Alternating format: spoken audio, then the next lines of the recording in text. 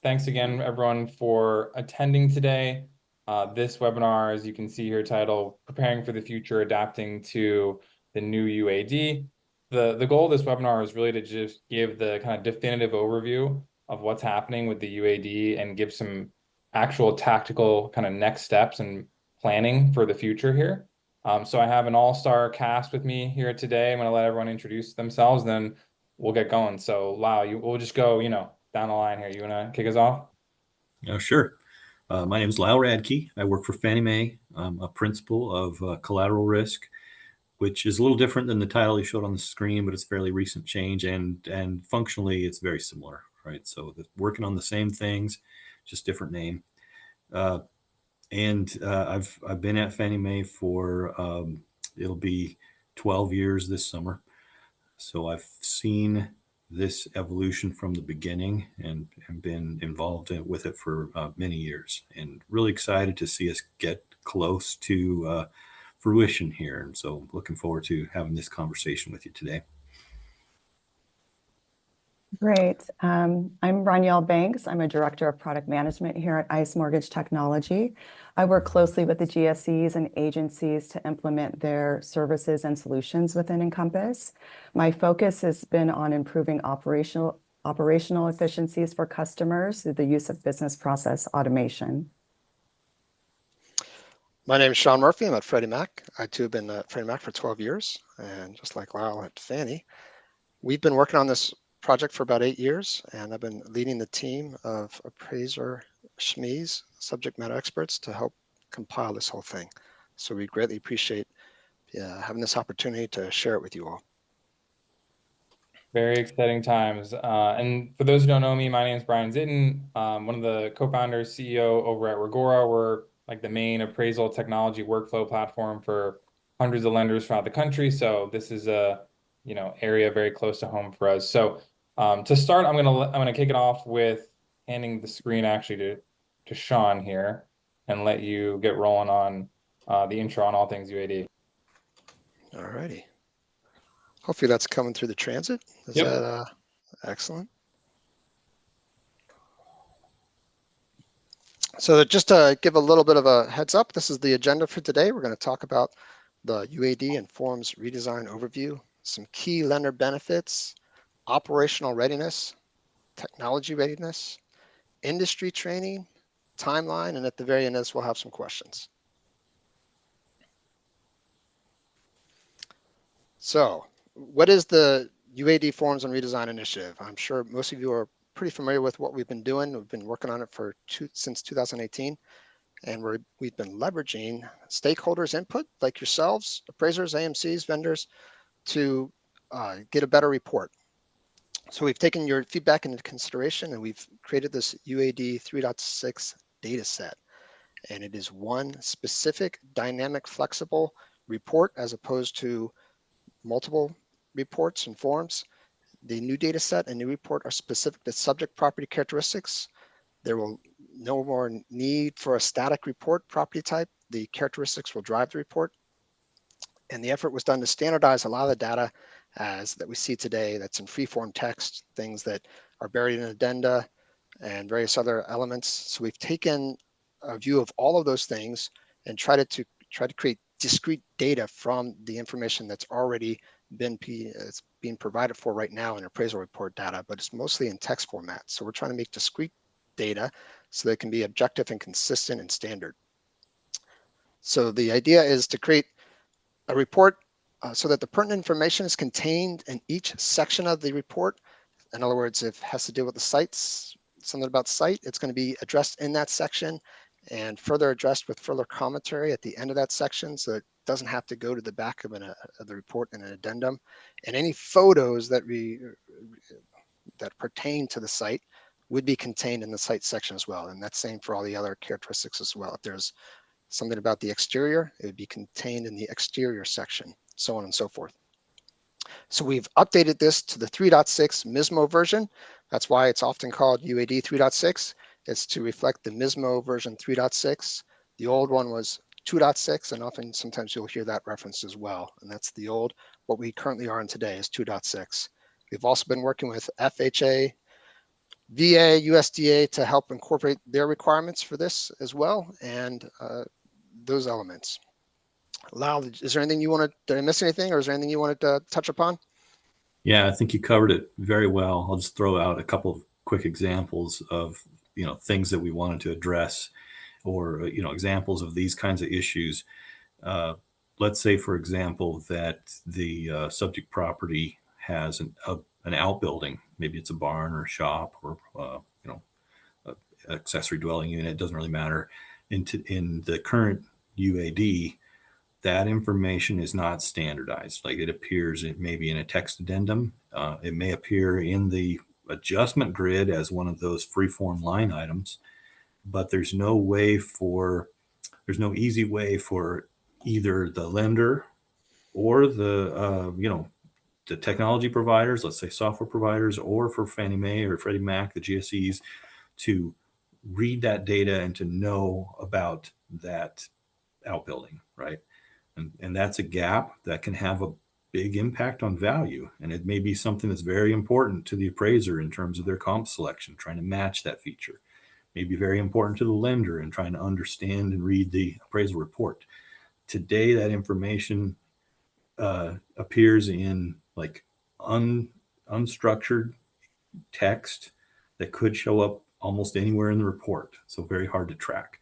Future state, that exterior structure is going to show up in one place every single time with defined characteristics. So we'll know what we're seeing, and that's machine readable so that lenders or QC persons who consume the appraisal report can route that appraisal report based on that characteristic. You want to have one person look at everything that has a barn. Okay, you can route it over to them because there's discrete data that defines it, right? So I think there's a lot of upside potential to what can be done with this kind of data. And what we've tried to do is take as much as possible, move it out of the comments, move it into structured sources so that it's machine readable and routable and scoreable and all that good stuff. Next, we wanted to basically show an infographic of what we have on our website right now. A lot of our information that we're going to be providing for in this webinar can go into much greater detail on our website, so both at Fannie and Freddie. This infographic just shows how the 10 various form types that we have, the form numbers, the 1004, 1073, or the 1075 and 2055. Those UAD compliant forms will now be brought into one dynamic form, and the non-UAD compliant forms we brought in as well. Those, of course, are the manufactured home, the co-op, and looks like the completion and appraisal update will also be a part of that. I feel like I might be missing something there, but the 2 to 4, of course. But basically, all of these will be done in one dynamic report so that you can have the characteristics of the property drive the report instead of having to shoehorn things in, especially if they happen to be something like a site condo. A lot of confusion has come about with where do you put a site condo? Is it on a 1004, 1073? That will no longer matter. You can just report the characteristics as the appraiser sees it, and then identify that collateral as it comes in the door. We have checkboxes to indicate that if it is indeed a site condo and all the information that would be necessary to that particular property, the project information, and so on and so forth. Lyle? Yeah, perfect. And with the implication of this is if you are a lender and you're using either the GSE's risk scoring as a driver, like you're trying to avoid repurchases, so you want to look at your higher risk appraisals. Right now, the manufactured home, the 2 to 4 unit, the co-op, they're all blank slates. You don't get any intel, any prediction on your risk. Future state will be able to provide that for you and help you avoid potential repurchases or defects. Sean, do you want to talk any more about like the 1004D or the 442? The treatment here is going to be a little bit different in the 3.6. Thank you. Yeah, so what will happen in the future is The 1004D is going to be broken up in its two component parts. Right now, it suffices as a 2-for-1, and it's caused some confusion about the scope and the assignment when an appraiser receives these. What we'll do is have a completion report be a standalone report all onto itself, and the appraisal update also will be a standalone report unto itself. So the lender, when they need an appraisal update to see if the property value has declined, they can just simply order the appraisal update. But if there's been some type of requirement that the appraiser is requiring regarding some type of completion per plans and specs, or simply a repair that needed to be finished or inspection to be done, that would be the completion report, and that would be separate unto itself and be able to be synced up to the actual original appraisal and the new UCDP that's going to be ingested. And we can talk about that in a little bit later. I know we have a slide on that. So that's basically what's coming up, is a much better way to address these, the 1004D. So in a manner of speaking, we say this is one report. It's really three, but those other two are linked to that original report. They're it's a necessary precursor to their existence. And on that note, the scope will be identified within this dynamic report if it's traditional, which is what the 1004 is now, where the appraiser does the insight inspection, or if it's going to be a hybrid or desktop. A hybrid would have a property data report involved, and that would be contained in here as well. It'd be easily identified on the first page of the report. Of course, as the lender, your client, the client's going to be the one making the assignment, but the appraiser will be able to identify what work was done and how it was done, who did the inspection. So let's talk about some of the benefits. The scope is expanded, so this will cover all property types, just like we mentioned earlier. And we're hoping this will improve the review process by data standardization. There are a lot of new data elements, and you should be able to use this in your analysis of the risk assessment and routing appraisals to different people for reviews. There are certain people that can review a manufactured home or 2-to-4. This will now contain all the discrete information that's necessary, and it can easily be identified very quickly, machine readable, much like Lyle was saying earlier. We're hoping that this will minimize review times and improve productivity, and you can utilize technology to take advantage of all this new data. Another thing we did with 3.6 is we created a compliance API. And what that means is the appraiser is going to have an opportunity with his software vendor to make sure when the appraisal is complete and it's uploaded, that the appraisal is compliant to all the new data standards, and making sure that nothing is being missed. Any particular data element that requires a date would be in a date format and not just text, and making sure it complies to the standards that we have required in our specifications. So that hopefully will eliminate a lot of revisions right from the get-go. We also redesigned this submission summary report. This is going to be a lot more machine readable as well. It will be able to give the collateral underwriter or the loan collateral advisor risk scores, and also address rep and warrant eligibility. It will be done both in a PDF and a JSON format, so it can be machine readable for your needs to have it expedited in a very automated way. But this is, our hope is to just make sure that this is one of those things that minimizes the review times and increases productivity. And again, we already addressed the appraisal update and completion report. This too can be uploaded in UCDP and connected directly to the appraisal from the original appraisal it was connected to. So you can know, now it's a little confusing because we allow 3 appraisals in the upload process, and sometimes it's unclear which of the appraisal updates, which appraisal it's directed to. This would be a much clearer distinction, and you can assign it directly to the original appraisal, so it's nice and clear where the appraisal update goes, what appraisal it's attached to, and same with the completion report. Did I miss anything, Lyle? No, that's perfect. I'm really excited about this appraiser compliance check API. I think that's a huge innovation. Operational readiness. So things are going to look a little different for each lender, we recognize that everyone's process is slightly different, and you use different technology or different risk assessments.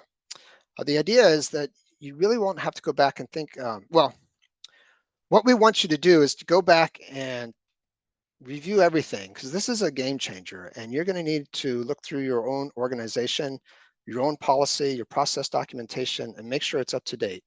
You're going to have to communicate those changes within your organization, your appraisal process, what that looks like as far as ordering or receiving appraisals back, any type of information you're getting back. You will still run through LPA and DU to understand your minimal appraisal requirements, but looking at your appraisal process and what that entails and what's going to be impacted by the new report and new data set is something you should really be taking advantage of now and getting ready, because it's a very different set of data, and it's not at all like the old. What that means is you're going to have to new internal training is going to have to be done.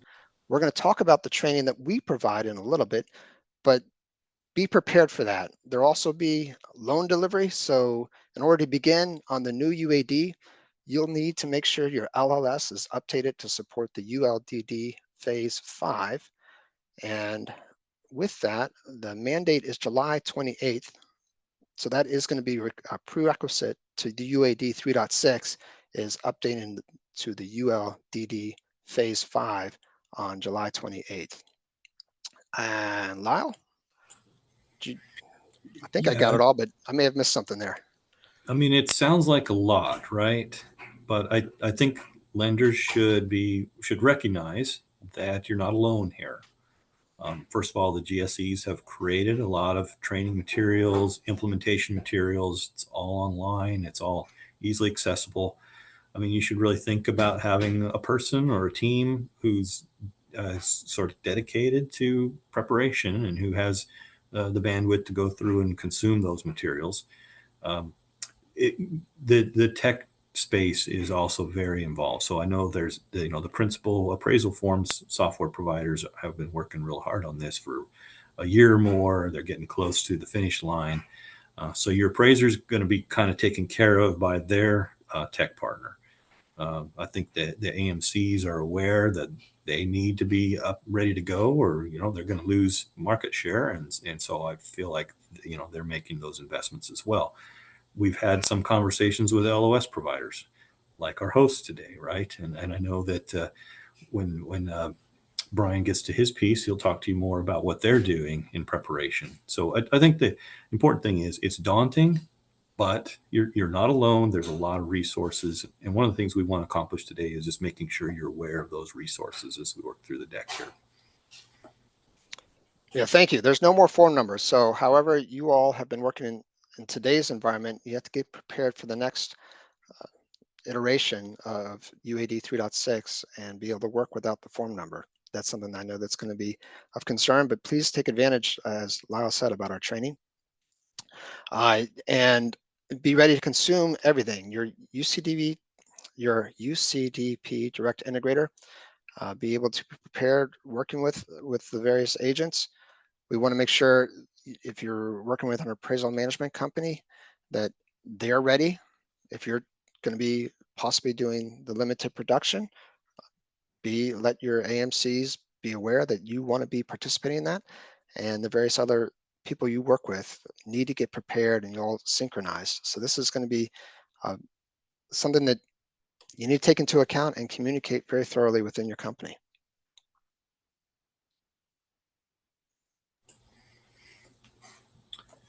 Industry training, like we mentioned earlier, this training started back in November. And we published training both at Fannie and Freddie's websites. And so they're there now. You can go there and click on it. It's comprehensive. There are 17 modules, and it'll take 4 hours to complete the training. You don't have to complete it all at once in one setting. You can go back in and out. It will pick up where you left off, and you can have an opportunity to just jump in when you're ready and take a break. 4 hours is a lot, but the idea is to go through the training as it will go through each of the sections of the new report. Again, it's dynamic.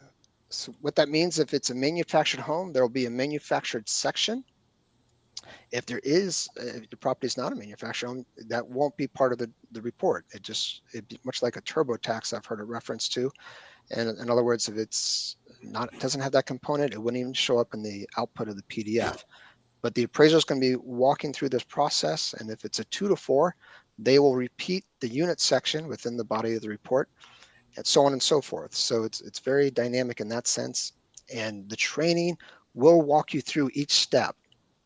And it's to help you and everybody on staff to get ready for this. So please take advantage of it, as it's a great opportunity both at Fannie's website and Freddie's website. Just click on this particular training and take full advantage of it. Lyle? Yeah, and I think the training will help you think about your implementation questions. So, with new data, you have opportunity to maybe rethink your appraisal process. Do you want to, again, use your LOS platform or your appraisal platform to create rule sets around routing or around risk management, to automatically pull in validation data for certain scenarios? There's lots of things that you can do. The sky's the limit, but taking this training will help you understand what the capabilities are, so you can start to think about those kinds of opportunities. I will say also that appraisers, we have created, correct me if I'm wrong, Sean, a 7 hours training for appraisers, and we've shared that training for free with appraiser continuing education providers. So appraisers are getting a little bit more of a deep dive. It's voluntary; they're not being forced to take the training, but if they want to, they can get continuing education credit for their licensure and do kind of this 7 hour deep dive into the new specification. Yeah, on that note, it's not free for the appraisers. We offered this for the trainers. Your educational providers will have a standardized format to teach to.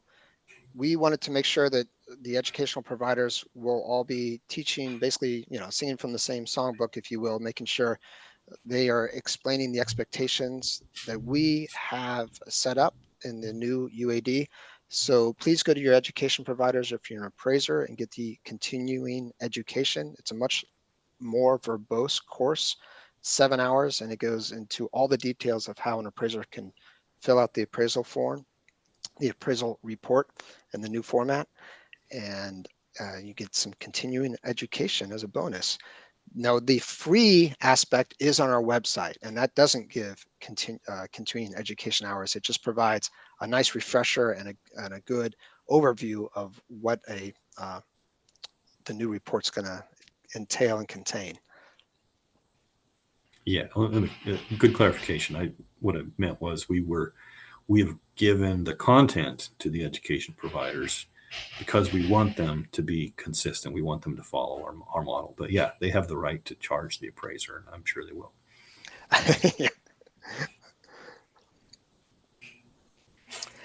Timeline. This is, of course, you're sure you're on the edge of your seat wondering when this is all going to start.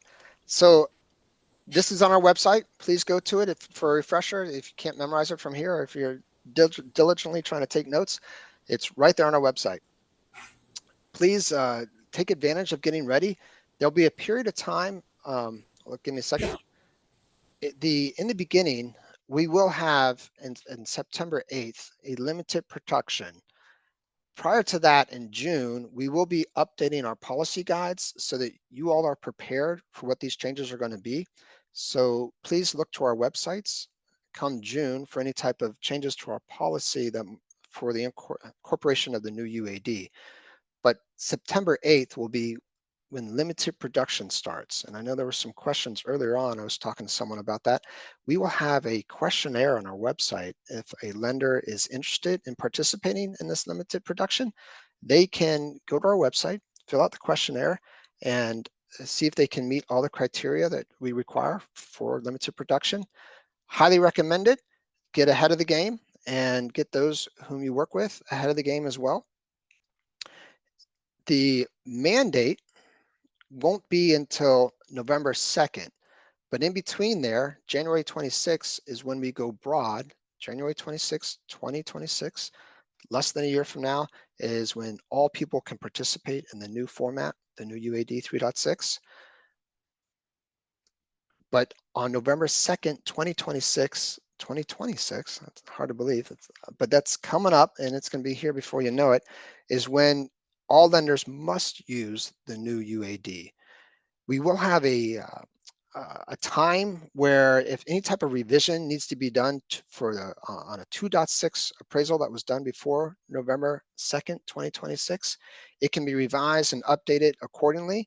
And that window of opportunity will end on May 3rd, 2027. So we do have a window of opportunity just in case there's a revision that needs to be done on the old format, so that can be done accordingly. But the retirement will happen on May 3rd. That will be a hard stop, 2027. And the UAD 3.6 will be the only report you can do it on. Lyle, am I missing anything?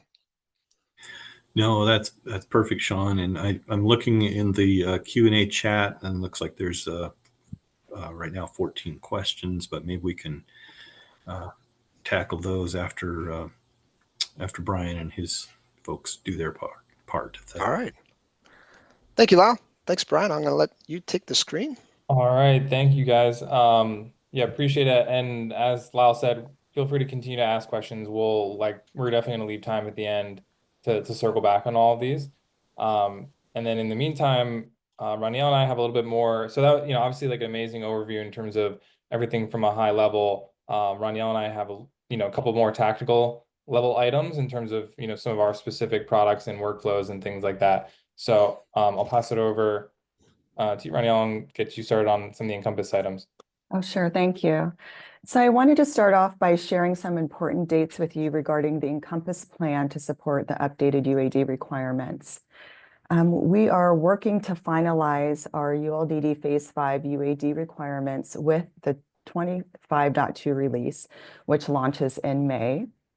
We are currently in process of building a new UCDP integration, which we are targeting for release in April. And then, we're working with the appraisal partners to understand their needs as far as, are there any new fields or enumerations that they would need to build into their integration? And if so, we're looking to get those into production by the July timeframe, just in time to open up end-to-end partner testing starting in July and forward.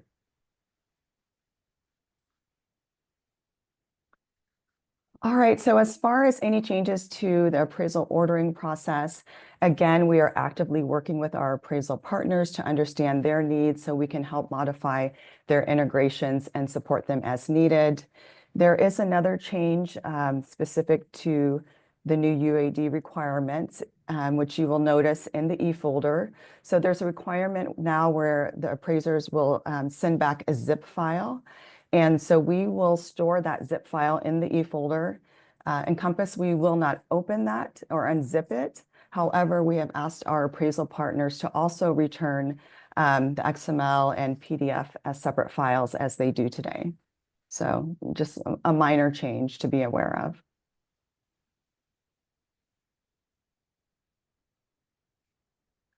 All right, so as I mentioned previously, we're building out the new UCDP integration to accommodate the 3.6 requirements. This integration will be available in both Encompass Web as well as desktop. Again, the go live date, we're targeting April for that.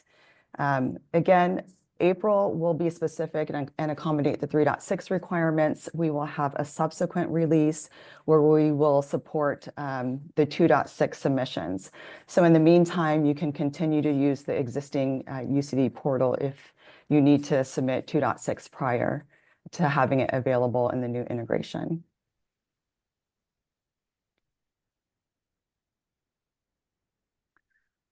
All right, so as far as ULDD, I wanted to just quickly highlight and give you a snapshot of the ULDD appraisal information within Encompass. With that May release, we will be adding the construction method type data points here. I believe we're also making some conditionality updates to the property valuation form type. So with that release, we will basically have all of our changes for ULDD Phase 5 into production. So you'll be in good shape. All right, then lastly, I wanted to touch on the rep and warrant tracker.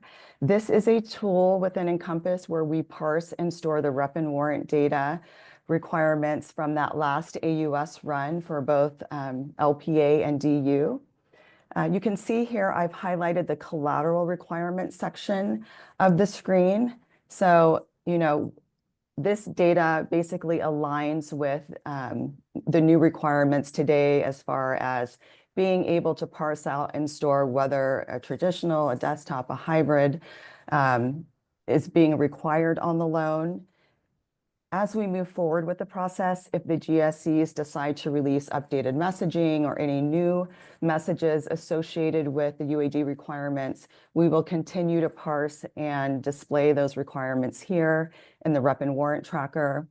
One thing I wanted to mention that all the fields on this screen can be used to drive workflow. So if you want to, automatically order an appraisal, you can do so driving off the data in the screen. If you want to create tasks or, add data to reports and pipelines, you have the ability to do that.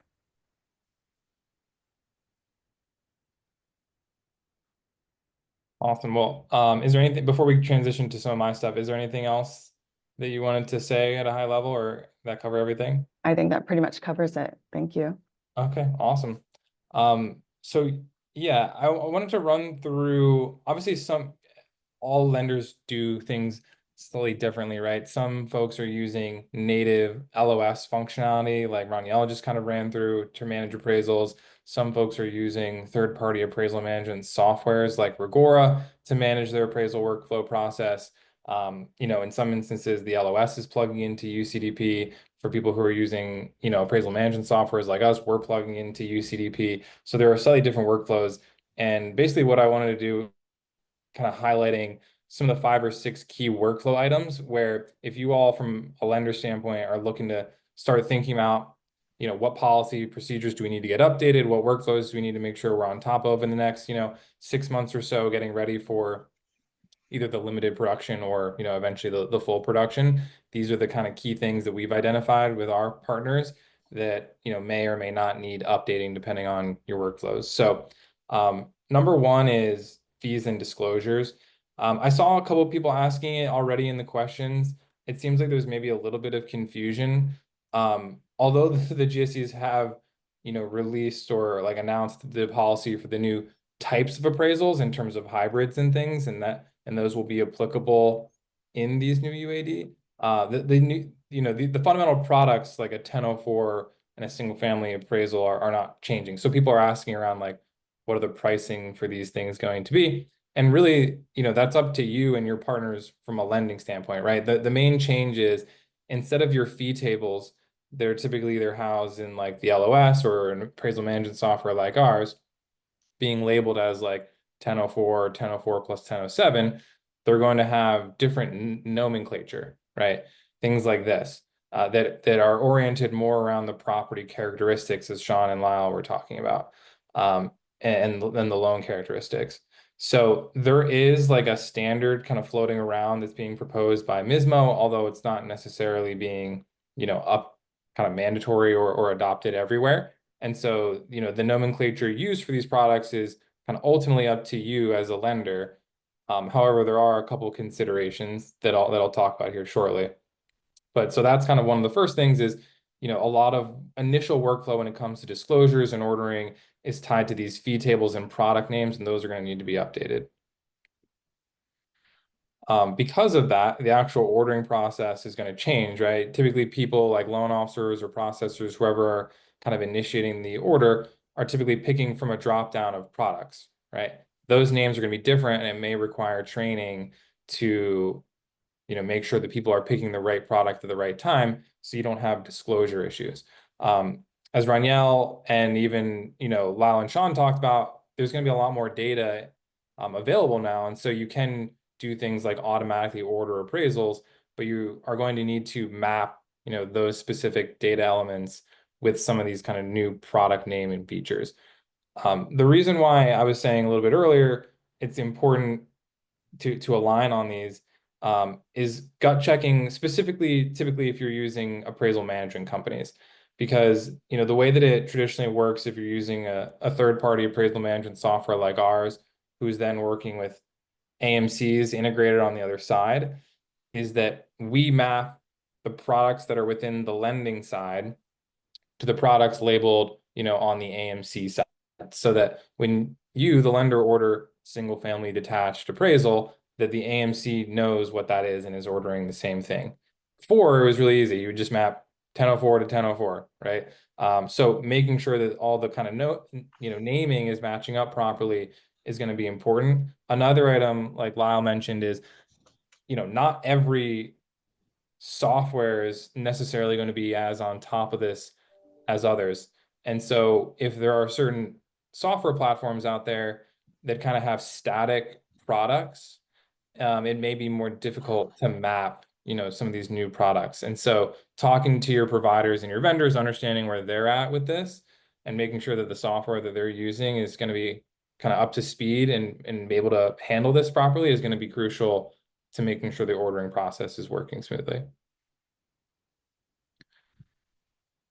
To supplement that, once again, like the kind of goal with a lot of the new product kind of structure is that it encapsulates a lot of the characteristics directly within there. However, kind of depending on the software that you're using and the partners and what they're able to ingest or not ingest, you still may need to supplement the engagement letter or service order form that's going out to the vendor with some of those property characteristics, right? Now that these forms aren't going to necessarily be kind of directly labeled within these order forms, making sure that they have the right understanding of what the scope of work is going to be important. So there may be potential need to edit the actual engagement letters that go out on an individual order as well.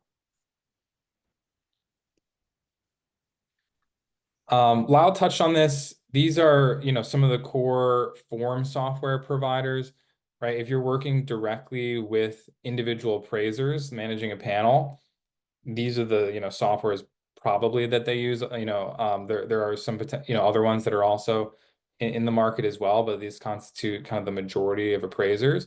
And, during the limited production phase, not every order is going to be going through the new UAD versus the old UAD, right? So step one is making sure that the appraisal vendors that you're using have actually the ability to kind of generate reports in this new UAD format and are familiar with it. So if you have like a tight-knit group of appraisers that's on your panel, it might be worth engaging with them preemptively to make sure. I think that there was a question in the Q&A around like the timing of, will appraisers be able to play around with some of these new forms? And that's like entirely dependent on these actual form providers, not necessarily like anyone on this webinar, unfortunately outside of our control sort of thing. So that would be a question that you would have to direct to, your actual provider. But like I said, for the lenders, you probably want to have a temperature check on that as well, because you're going to need to have people who can actually fulfill these. You don't want to order a product that's assuming it's going to be on the new UAD format, and then it gets to the appraiser, and then they don't know how or cannot create the report in the new UAD format at that time, right? So that's an important context. And then a huge part is underwriting, and there's kind of multiple things here. One, multiple folks have touched on, which is just making sure that you have the updated UCDP integration. But secondly is the actual underwriting of the report itself. We see a very broad spectrum of what lenders do, ranging from people who are using like manual checklists, depending on the form, all the way to people that are using technology like ours that, automatically extract the data and run different rules on them. Obviously always encourage the use of technology to streamline the review. To what Lyle mentioned earlier, now there's going to be even more data available to run reviews on and do routing and different things. And so there'll be an even bigger gap in terms of capabilities for the people who are kind of manually underwriting with checklists versus taking advantage of the full extent of the data and the technology that's possible. And so that will require, though, kind of a reworking of mapping of the data in the fields to be able to ingest the new UAD format, run rules against it, and all that sort of stuff. So whether you're a lender that's kind of using some sort of manual underwriting checklist and needs to update that specific to this new form type, or you're working with a technology provider like us where we're running automated rules and kind of, some of the more sophisticated routing stuff, that the parameters and different data elements, some are new, some are the same, and would need to be adjusted. And then lastly, Raniel talked about this a little bit, but with kind of new data elements, a lot of lenders have different fields being updated within, Encompass or any other LOS. And so making sure that the LOS is talking properly to the appraisal management software, having all those fields correctly mapped out with the new data elements or anything else that you may need is kind of the other big ticket item. So those are, I think those are the kind of main things from a workflow standpoint to start thinking about that may need updating with the new UAD. It's not nothing. It's, especially, definitely want to make sure that the technology partner that you're working with is on top of this stuff and that you have plans for it. If you need to do a more in-depth conversation about any of this, we're going to be at, the ICE conference. Obviously, ICE will be at the ICE conference. I think both GSEs, you guys both have people attending as well, next week. So if people want to learn more, or feel free to reach out.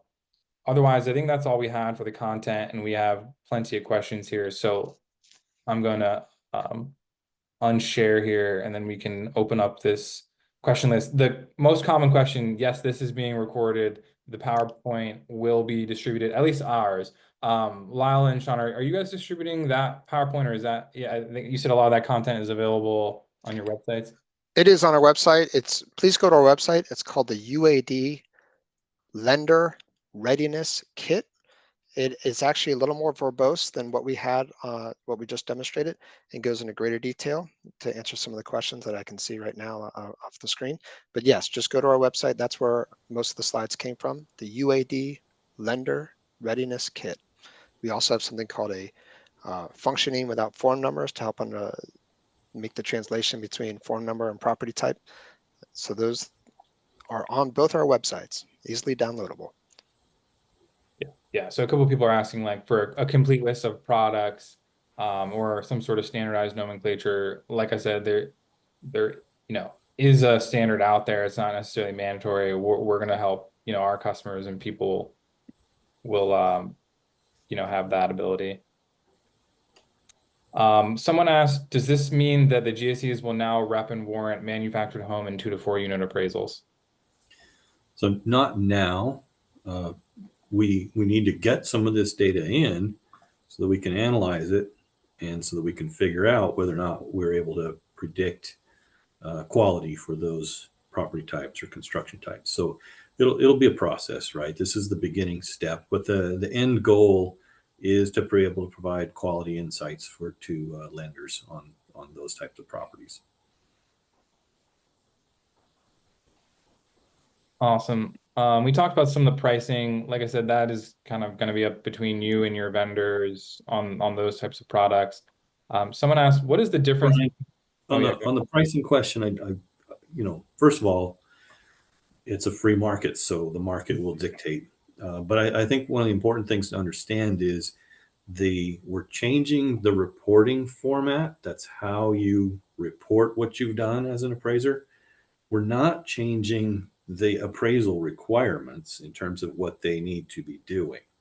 So the appraisers will be doing essentially the same work. They'll just be reporting it in a different way. And so I don't necessarily expect there to be a big difference in fees. Time will tell, but that would be my guess. I agree from what we're seeing. Someone's asking, what is the difference between ULDD 5 and UAD 3.6? Yeah, ULDD is Uniform Loan Delivery Data. So it's a tool, and it's a standard for loan delivery, right? Whereas UAD is a standard for appraisal content. So they're two different standards. I think they're both MISMO compliant standards, so there's some overlap in definitions, but they're two different data standards. Great, thank you.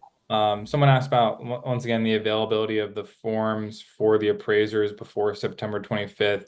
That's going to be dependent on, the actual form software provider that you use. And so you need to reach out to them for that. You If can you go to our to website. oh yeah, go ahead, Sean. Yeah, you can go to our website to download 12 different scenarios, basically what a 2-to-4 might look like in the new format, or what a manufactured home would look like. And of course, your standard single family unit or condo, it's all there. We have 12 different scenarios just for that type of curiosity. You can get the PDF and the XML for those who are data savvy to see what the data would look like in an XML format. But the PDFs are right there as well, both on our website. So those are, I mean, when we say scenarios, those are mock-ups, right? Those are Thank you. idealized versions of what we think the report will look like. Right. It'll be slightly different though, depending on the actual form provider. Correct. Right. The output report is standardized, but of course, depending on the characteristics that the appraiser encounters, the report may expand or contract. Yep. Okay. Someone asked, are FHA, VA, USDA in discussions to adopt this? Is there any ETA on their timing? They have been a part of this from the beginning. And yes, the standards are designed to accommodate their needs. But you'd have to ask them about their timelines. Just to expand on that, maybe. Sorry, Sean, I think you answered it. Yeah, I guess a point on that, maybe just to clarify, because I think the person asking is probably curious in terms of like, if they're making it mandatory or not when they order an order, with an appraisal vendor, will the appraisal vendor produce the report in the new UAD or the old UAD? And the answer to that is you're going to have to take it up with the individual agency to figure out what their policy is basically at the time. Correct. Yeah. All right, that will be fun. Hopefully everyone gets that aligned in time. We're hoping that as well. So yes. So I don't know if you guys will know this one, but someone's asking, they offer continuing education to appraisers. How can they get the material to teach it to the appraisers? Or is that if someone wants to teach the material from a continuing education standpoint?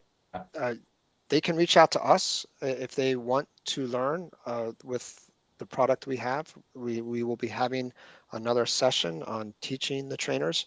So please reach out to us, our UAD websites. If you go to them, there's a link to our email. Click on that if you want to participate as an education provider.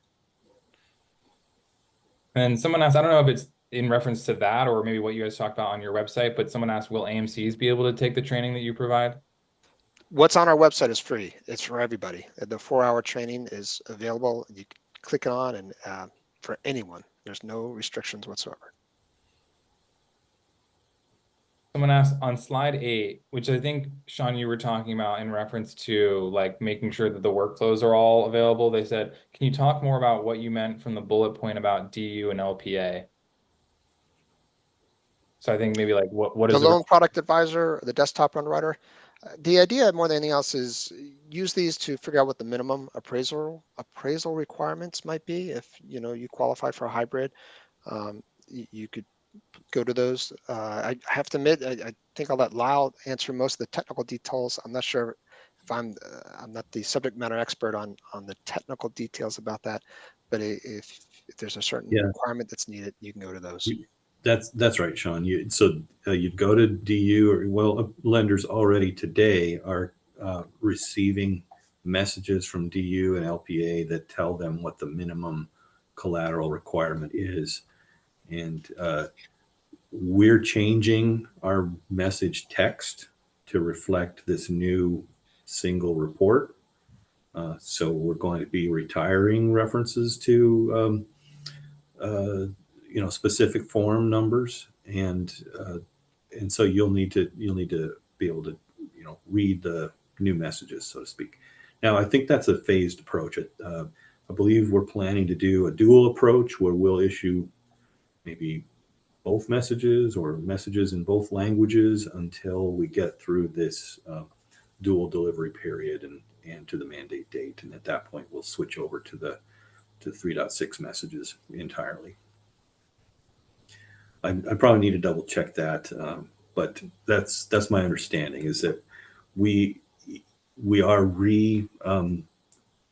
wording our DU messages to align to the new language of the UAD 3.6, and that'll be a phased transition. Got it. So I don't know if you guys know this off the top of your head. Someone said, will the new form have an ROV field or section to alert the lender that an ROV was received and addressed by the appraiser? Yes, there's a revision section in the new UAD, and there is where if there's a borrow initiated type of reconsideration of value, it can be detailed there, and the appraiser can address all the concerns and the descriptions of what was done as a result. Yeah, just to be clear, that section is not specifically an ROV section, but it accommodates everything that we require for the ROV. It can be used for other things as well. So let's say that you have, an appraiser has to make a revision for some other purpose. This allows to track the revision history of the report. Someone asked, with these new two forms that are kind of replacing the 1004D, will we be required to run those through UCDP as it is not required today? As of now, it's not required. So, but we are trying to make those UAD compliant. So in the future, if there's this will be for policy. So it's in the future. So right now it's not required, but we're hoping people take advantage of it just because it'd be a much easier process now.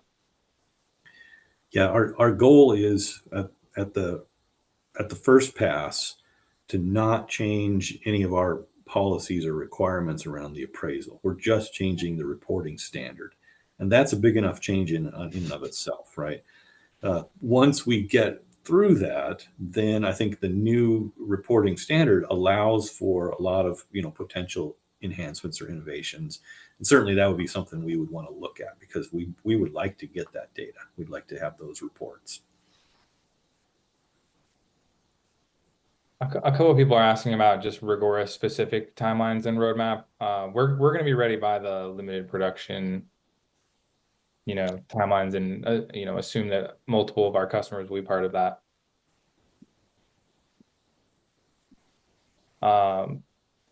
Someone said, how does UAD redesign address concerns about appraisal bias and data transparency?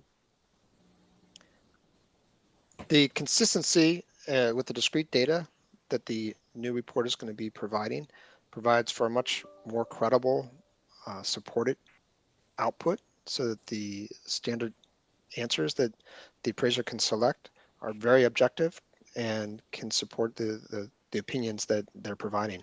Lyle, did you have anything to add? I agree. That's right. Yeah.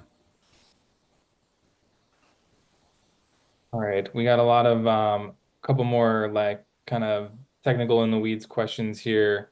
So you mentioned final inspection and appraisal update will now be two separate reports.